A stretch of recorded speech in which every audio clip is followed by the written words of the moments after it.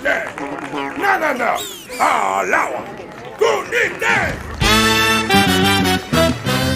What's up, meta nerds? In this video, we'll be pulling from every resource available from canon and legends to completely understand this fascinating species. The Yuzzums, or Yuzzumi, represent a unique species in the diverse ecosystem of Endor's forest moon. They are sentient, neckless, furred, and round-bodied humanoids distinct in their physical characteristics and adaptive traits, especially when compared to other species inhabiting the same moon. Endor, located in the outer rim at grid coordinate H16 and along key trade routes like the Bakura Trace, Ovice Reach, and Shiratoku Way, offers a Type 1 atmosphere, breathable for most species, and a temperate climate with 85% standard gravity.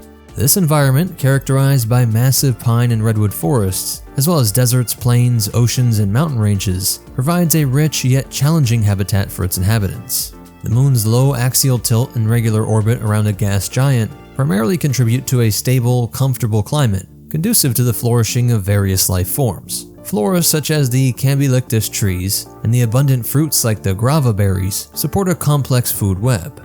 Endor's biosphere is notable for possibly having the greatest number of sentient beings evolving on a single moon, not really seen anywhere else in the galaxy. A population that included the amphibious Gorf, mischievous Scandit, mystical Whiskies, warlike Duloc, and most frightening of all, the bloodthirsty Ewoks. Moreover, Endor is home to unique entities like Mount Sorrow and the Sun King, as well as other semi-sentient species like the Kaglis, Grass Trekkers, the Goraks, and the Dandelion Warriors. The presence of these varied life forms creates a dynamic ecological and socio-cultural landscape where competition and coexistence are constant themes. The moon is also a haven for an array of deadly predators and a myriad of prey animals, contributing to its reputation as both a location of wonder and danger. Interestingly, Endor has also become a refuge for various shipwreck species, horrors that included frost giants, ogres, ice demons, Jawas, and of course, humans. This influx of diverse species only further complicated that web of ecological and cultural interactions. These mammals display a generally humanoid form, with round bodies enveloped in thick fur and long, spindly limbs, a morphology that possibly adapted for navigating the dense forests. In terms of stature, they're typically around 2 to 2.5 meters in height, or about 8 feet, categorizing them as one of the taller species on Endor, towering over and almost twice the height of your average Ewok. Their skin tones vary from brown to red, which might offer camouflage in their forested habitat, while their actual fur is an essential component of their thermal regulation, showing a remarkable variety in color, including shades of brown, blue, and black. The Yuzzum's physical diversity is further highlighted in their facial and appendage features. Some members of the species are characterized by wide, toothy mouths, while others possess fangs, suggesting a variance in dietary habits or social behaviors. The coloration of their eyes ranges broadly from black to yellow, indicating a possible adaptation to different light conditions in their environment. Their feet also exhibit significant variation, with some groups having hooves, others possessing paw-like feet, and still others supporting claws. This could show that different groups across the moon were used to navigating different aspects of terrestrial environments, some in more mountainous or coastal regions, and different types of forests. Additionally, they have variation in auditory organs, some having long, pointed ears, while others have no visible ears. Again, likely driven from terrain differences and perhaps certain predators that were more of a problem for certain groups of Yuzzums. An intriguing aspect of their society is the treatment of height diversity. While most of them are quite tall, the species does occasionally produce shorter people. These dwarf Yuzzums often face social challenges, frequently becoming outcast within their communities. He gives such short man energy that I thought he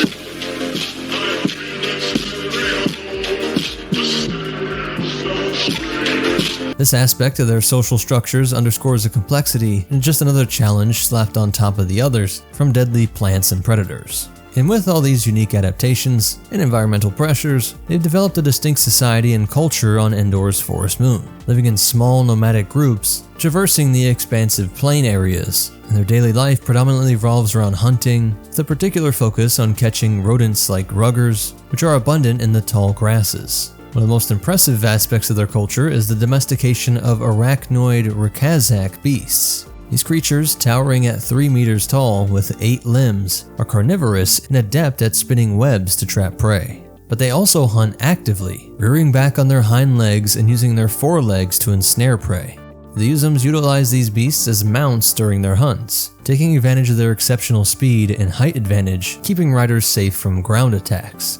However, the Rakazak beasts were also targeted by predators like condor dragons. Just another look at that complex predator-prey dynamic. In terms of technology, the societies show a range of capabilities. While some groups have no technological advancements, others have developed primitive tools such as spears and forked lances for hunting and defense. More evidence that certain Yuzzum communities were facing way more pressures from other predators, not just beasts, but from those other sentient species like the Ewoks. They communicate in a language known as Yuzzum, characterized by its musical quality. This language is thought to be closely related to, or perhaps even the basis for Ewokese. The Yuzzums occasionally interact with the Ewoks and other species on the moon, with many Ewoks being able to understand Yuzzum. Many Coruscanti linguistic experts do think that it was a proto-language of Ewokese. But despite their linguistic connections, and at least some level of shared culture or understanding, Yuzzums are not averse to consuming Ewok younglings. And in line with that darker aspect of their culture, some of them have been known to serve entities like Morag, the Tolga witch. But due to their musical language, Yuzzums have been exported as pets or found work as singers. A notable example is Joe Yowza, a Yuzzum performer in Jabba the Hutt's court and a member of the Max Rebo band.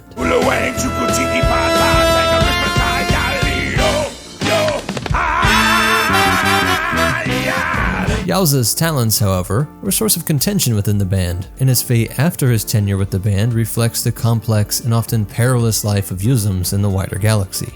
Another one was Wham Lufba, known as Bam, who left his moon and found himself on Tatooine, working as a pest exterminator for Jabba. Lufba's role allowed him to inconspicuously overhear the various schemes within Jabba's court, showing that they were ever adaptable, even on far-off desert worlds, and always on the lookout for new predators in the environment.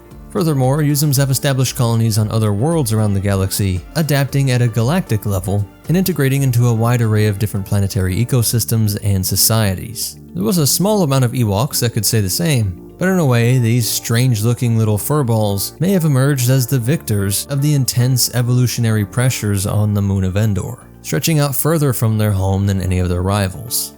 So that's it for the breakdown. As for behind-the-scenes facts, they were first introduced in 1983 with Return of the Jedi, and conceptualized as a species cohabitating with the Ewoks on the Forest Moon. Initially, they were intended to play a significant role, but the high production costs led to scaling back their presence. As a result, only a single Yuzzum puppet was created, and ended up being used in a background scene in Jabba the Hutt's palace. That Yuzzum character was later digitally added in an expanded musical scene in the 1997 special release for Return of the Jedi.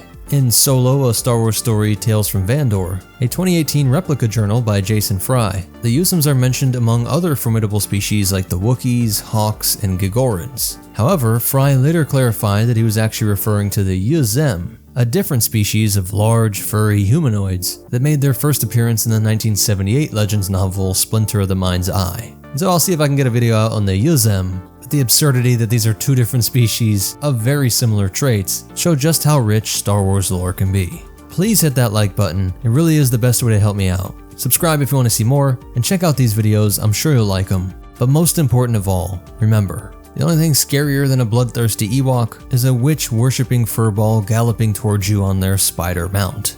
And the Force will be with you. Always.